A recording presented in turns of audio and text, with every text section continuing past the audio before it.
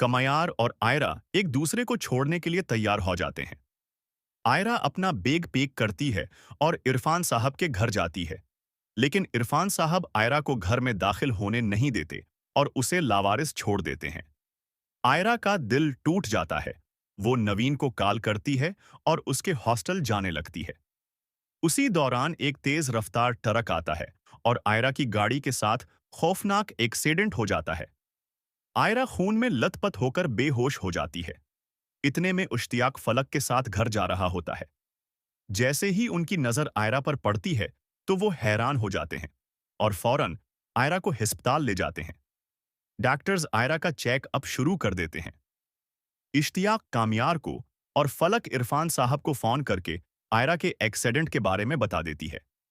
यह सुनते ही इरफान साहब और कामियार भी फौरन अस्पताल पहुंच जाते हैं।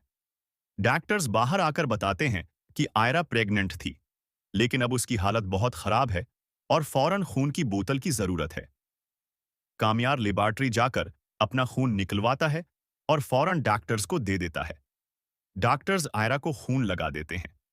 कुछ देर बाद डॉक्टर्स दोबारा बाहर आते हैं और बताते हैं कि हमने आयरा को तो बचा लिया है, लेकिन बच्चे को नहीं बचा सके। ये सुनकर कामियार फूट फूट कर रोने लगता है। कुछ देर बाद जब आयरा को होश आता है तो इरफान साहब और कामियार उसके पास जाते हैं।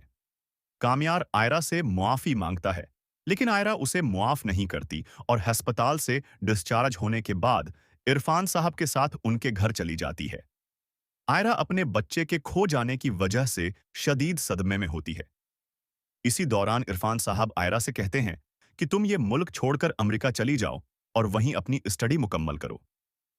आयरा अमेरिका जाने के लिए राजी हो जाती है। इरफान साहब आयरा की फ्लाइट की टिकट बुक करवा लेते हैं।